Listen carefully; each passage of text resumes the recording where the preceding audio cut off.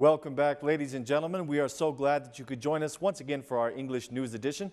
I'm Daniel Cook, your host, Monday through Saturday, bringing you a translated version of today's top news stories.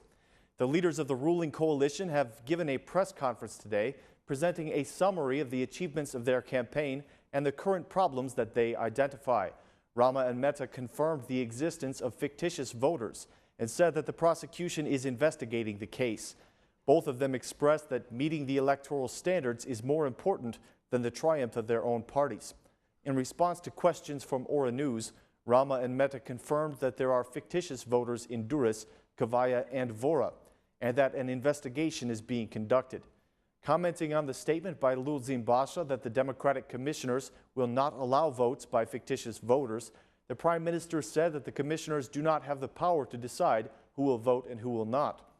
Mr. Rama also announced a new law that will be submitted to the Assembly. The new law will not allow individuals with criminal records to run in the elections or to hold any public office.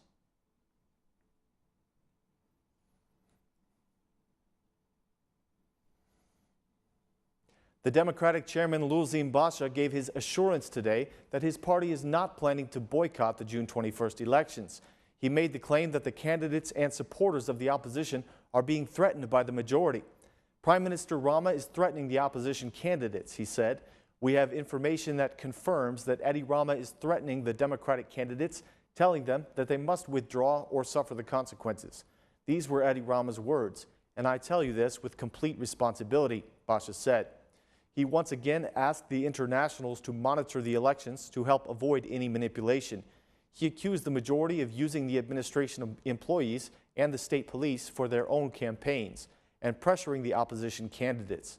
He assured the citizens that their vote will not be manipulated, and he offered them the support of the Democratic Party. Lastly, Mr. Basha encouraged the citizens to denounce any manipulation that they become aware of.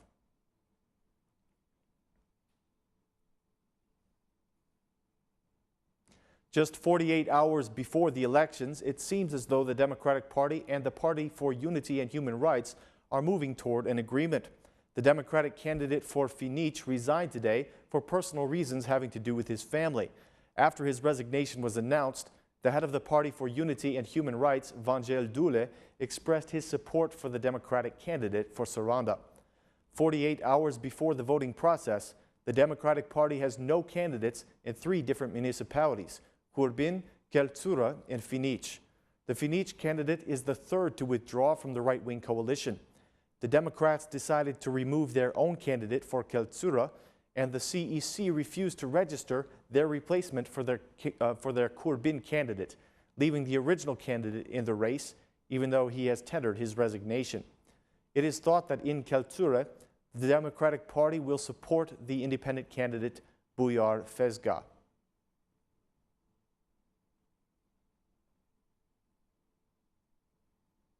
Just before this Sunday's municipal elections in Albania, the Helsinki Commission representative Robert Adderholt and Chris Smith have issued the following statement.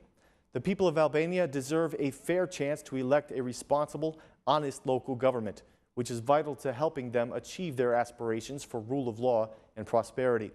The Albanian citizens must be able to have confidence that they are participating in a transparent electoral process, free from intimidation, harassment, and attacks on candidates, the media, election officials, or voters. Unfortunately, these are still ongoing areas of concern in Albania, and we hope that these elections will be observed closely by the international community, especially the Organization for Security and Cooperation in Europe, and by domestic groups within Albania itself. According to the OSCE, Sunday's elections are the first to be conducted for the new local government units that were introduced by the Parliament in 2014.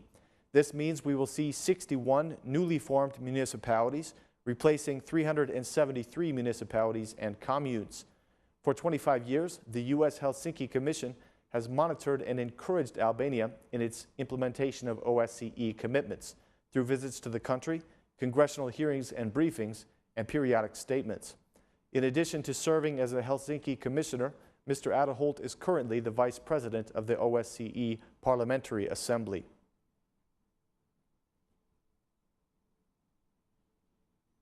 The German ambassador to Albania conveyed a message to all the Albanian citizens today concerning the June 21st elections. Mr. Hoffman stated that the elections must be held in a legal and transparent way. The elections are very important in a democratic system, he said, because the citizens have the opportunity to determine who will control the political fate of their country. The voters can decide on Sunday who will represent their interests for the next 4 years. This is their opportunity to co-create the future of Albania, and I hope that all the Albanians will use their right to vote. Only those who vote undertake the responsibilities of active citizens. In a country that aims to be an EU member, the elections are monitored with special attention at the international level. The elections are an important test for the development of the democracy, and for this reason, it is important that they are being held in a legal and transparent way, said the German ambassador, Mr. Hoffman.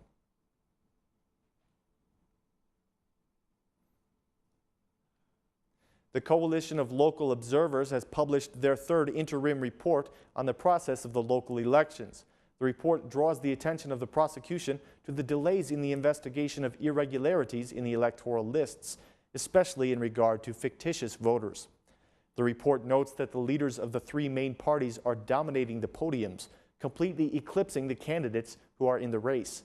This means that the citizens are getting little or no information about the leaders that they are electing. The report reads, "The leaders of the parties are dominating the podiums while the city council candidates remain in the shadow and are not promoted at all. The citizens have very little information about the future leaders who will draft the policies of their municipalities."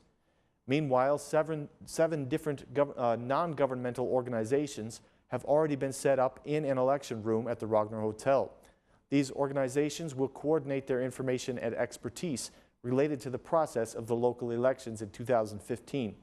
On election day itself, 1,000 short-term observers and 60 long-term observers will report on what is happening in the 61 municipalities of the country.